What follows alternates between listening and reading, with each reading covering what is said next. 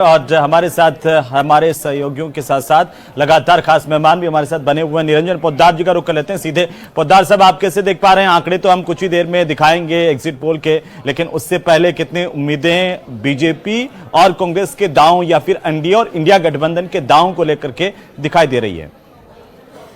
देखिए हेमंत जी, निश्चित रूप से भारतीय जनता पार्टी जिस तरीके से इस चुनाव को इस बार लड़ा है, और ये परिणाम तो 4 तारीख को आएंगे, और करीब करीब आप ये समझ लीजिए उन परिणामों की जो परिणति है वो आपके चैनल के ऊपर, आपके नेटवर्क के ऊपर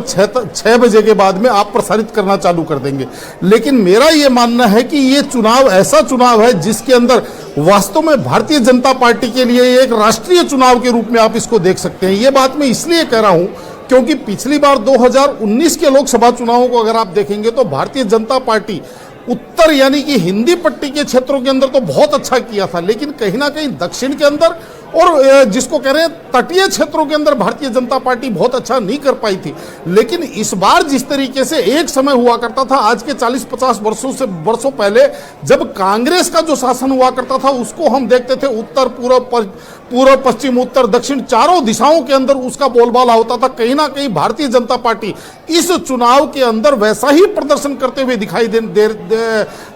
देगी अब सभी को कि दक्षिण के अंदर भी भारतीय जनता पार्टी अपना राजनीतिक स्टैक जिस हिसाब से बढ़ाती हुई दिखेगी, या यूं कहें कि उड़ीसा के अंदर भी अपना बहुत बम्पर स्टैक बढ़ाते हुए दिखेगी, बंगाल के अंदर भी और अच्छा करते हुए दिखेगी, तो आपको ये चीज आपको सहसा ही अनुमान होगा कि आज भारतीय जनता पार्टी सन 1960-65-70 वाली कांग्रेस की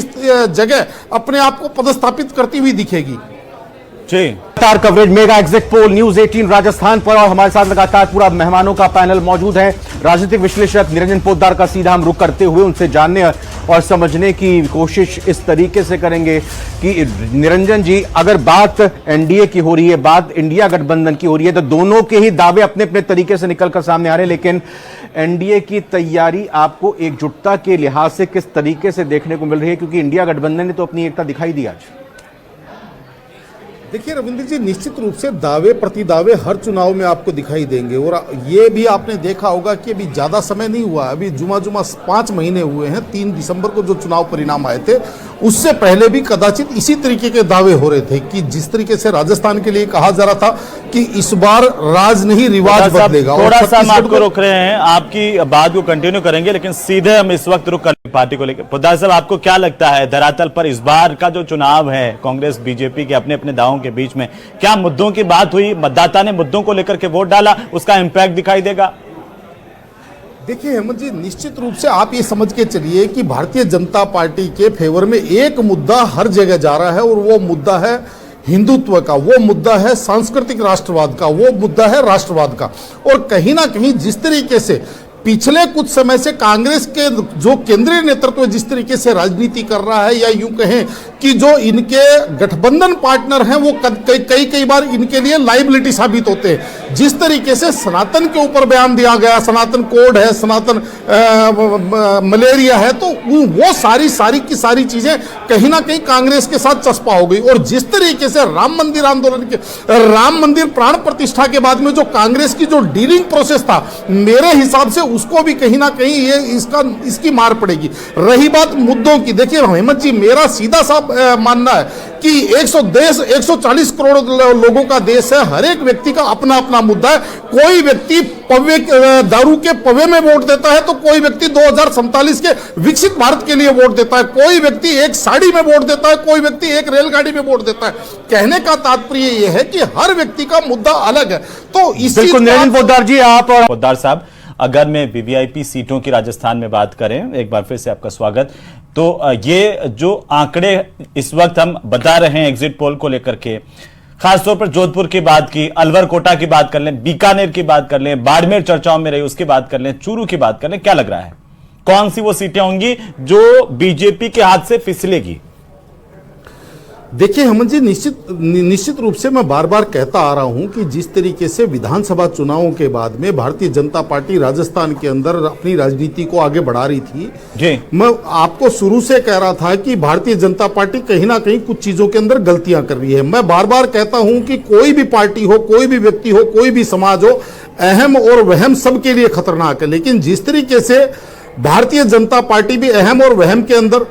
मेरे को इको आ रही है, हेमंत जी थोड़ा सा ठीक करवाइए। आपकी आवाज हम ठीक तरीके से सुन पा रहे हैं और इको भी ठीक कर रहे हैं। आप बोलिए जी। तो मेरा कहने का तात्पर्य ये है कि उसी का परिणाम है कि भारतीय जनता पार्टी 5 से 6 सीटें राजस्थान में लूज कर रही है। अब इसके अंदर आप पूछ रहे हैं कि भाई कौन सी सीट, अगर हम इसको बाइफरकेशन अगर इसका हम करें तो कहीं ना कहीं आप ये समझ लीजिए बाड़मेर की सीट भारतीय जनता पार्टी की फंस के खड़ी हो गई। फंस की क्या, मैं तो ये मान के चल रहा हूं बस, बल्कि अच्छा, एक करके करते हैं इस पर जिक्र। 2 से 7 सीटें हैं, लेकिन अलवर लोकसभा में रोचक मुकाबले के आसार है। हम चर्चा से आपने शुरुआत की, यहां पर अलवर और कोटा 2 चीजें और भी हमने जोड़ दी। आपको क्या लग रहा है बाकी 2 से 7 सीटें जो कांग्रेस मजबूत जिन पर दिखाई दे रही है इस एग्जिट पोल के लिहाज से? निरंजन जी।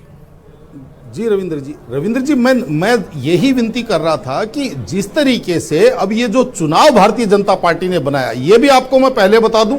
कि मार्च के अंदर 16 मार्च को जब चुनाव की घोषणा हुई उस दिन भारतीय जनता पार्टी की स्थिति राजस्थान में 25 में से 25 वाली हैट्रिक लगाने की निश्चित रूप से स्थिति थी। लेकिन उसके बाद में जिस तरीके से टिकटों के अंदर वितरण हुआ और भारतीय जनता पार्टी का, जिसको कहते हैं कि मैं अभी जैसे मैंने शब्दों का इस्तेमाल किया, अहम और वहम, आज की तारीख में अगर आप वास्तव में देखेंगे तो मेरा यह अनुमान है कि भारतीय जनता पार्टी अगर सेफ सीटों की बात करे अपने यहां 25 में से, तो भारतीय जनता पार्टी 7 या 8 सीटों को सेफ सीट मान सकती है, जिसको हम ये बताइए सर, एक शब्द के अंदर ये कह सकते हैं 7-8 सीटों के नाम लेकर जिक्र कीजिए, थोड़ा कनेक्ट कर पाएंगे लोग। रविंद्र जी, आज कम से कम ये समझ लीजिए 15 से 18 सीटें ऐसी हैं जिनके ऊपर कड़ा मुकाबला, कांटे की सीटें, फंसी हुई सीटें, और उसके अंदर 5-6 सीटें जैसे मैं बता रहा हूं कि आज भी जैसे दौसा है, टोंक सवाई माधोपुर है, बाड़मेर है, नागौर है, या आप यहां पे आ जाइए सीकर है, तो इस तरीके से बहुत सारी सीटें, और फंसी हुई तो मैं बता रहा हूं ना 15 से ऊपर सीटें हैं जिनको एक आप ये कह सकते हैं कि मुकाबला नेक टू नेक चल रहा है। चाहे उसके अंदर झुंझुनू भी ले लीजिए, उसके अंदर आप चूरू भी ले लीजिए, उसके अंदर मतलब कहने का तात्पर्य यह है कि आज की तारीख में अगर भारतीय जनता पार्टी इन चीजों के बारे में अगर गंभीरता से नहीं सोचेगी, और अगर हमारे जैसे कोई लोग अगर बोलते हैं, उनको अगर आज की तारीख में एक बीमारी और हो गई है भारतीय जनता पार्टी की, इनको केवल अच्छा ही अच्छा सुनने की आदत पड़ गई है। अगर कोई इनको आईना दिखाता है तो ये कहते हैं तू तो पता नहीं किस स्वार्थ में ये बात बोल रहा है। तो कहने का तात्पर्य, ठीक है, स्पेसिफिक आपसे जानना चाह रही थी राखी राठौड़। निरंजन जी, आप बताएंगे कि किसने और कौन सी सलाह दी और नहीं मानी? जी रविंद्र जी, देखिए ऐसा है, राखी राठौड़ जी अभी कह रही थी, मैं पहले थोड़ा सा उनको बता दूं। देखिए राखी जी, ऐसा है, आप बहुत परिपक्व और सुलझी हुई प्रवक्ता हैं, और मैं आपके ऊपर बिल्कुल भी इस चीज का आक्षेप नहीं लगा रहा, क्योंकि आप सदा बहुत संतुलन में बात करती है, किसके लिए क्या बोलना है। नहीं, वो है बीजेपी में, में आपने बीजेपी पर ही सवाल किया। आइए सर जी। लेकिन आपके कई प्रवक्ता ऐसे बैठते हैं कि अगर कुछ भी चीज उनको अप्रिय बता दो, यानी कि आपको अगर कोई चीज की कमी भी दिखा दो, तो वो आपके प्रवक्ता ऐसे टूट करके पड़ते हैं जैसे पता नहीं उनको कौन सी चुट्टी काट ली। अच्छा, अब जिस तरीके से आपको मैं एक उदाहरण के तौर पे बता रहा हूं रविंद्र जी, मैं बार बार विधानसभा चुनाव के परिणाम के बाद में मैं बार बार कहता आ रहा हूं कि एक मिनट, हम आपको थोड़ा सा रोकना चाह रहे हैं।